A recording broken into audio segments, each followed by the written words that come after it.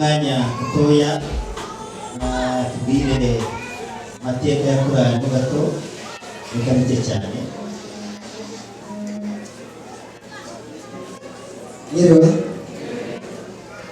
abayobozi bacu b'itorero ryacu rya Mbagazi, abayobozi bahagarariye amakorali, abayobozi ba korali yaturutse mu Biryogo, abaterankunga bacu, abakristo bacu, twongeye kubasuhuza.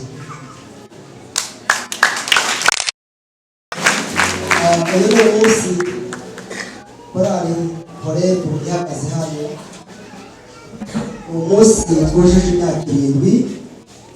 Muri iyi myaka 7 twagize amazina ageze muri 5. Muri iyi myaka 7 twayobowe n'abaperezida bageze mu 8. Muri iyi myaka 7 twagiye duhuramo n'intambara zitandukanye, ariko uyu munsi twifuje guhindura izina ku mugaragaro, kubera ko umuyobozi wese yazaga yatwicaga izina. Hanyuma rero twifuje ko natwe duhindura izina ku mugaragaro, twifuza ko basaba abayobozi bacu bose, abashumba bacu, umushumba Akingeneyerera, umushumba Rwagasana, umushumba Olivier, twifuza ko bakwegera hafi kugira ngo badufashe muri iki gikorwa cyo guhindura izina. Iyi ni korali nta minota mike iri kubura ngo akana kavuke. Imana ibahe umugisha. Dusabe abandi gufasha iyo system kugira ngo bigende neza.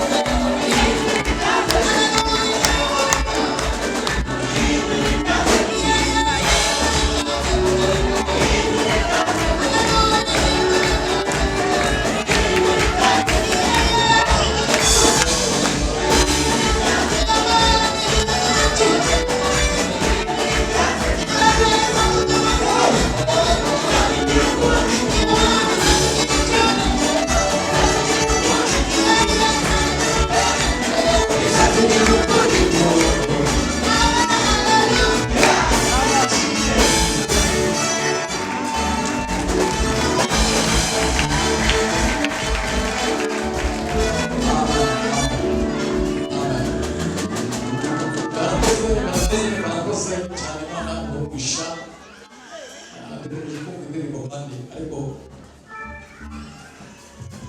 tukoze Imana ugeze mu mwanya taba n'ibitaro bya mbere uri bumwigishe itaramo shumba ubuzima bwawe natwe bwatwakira agasubiza abantu b'Imana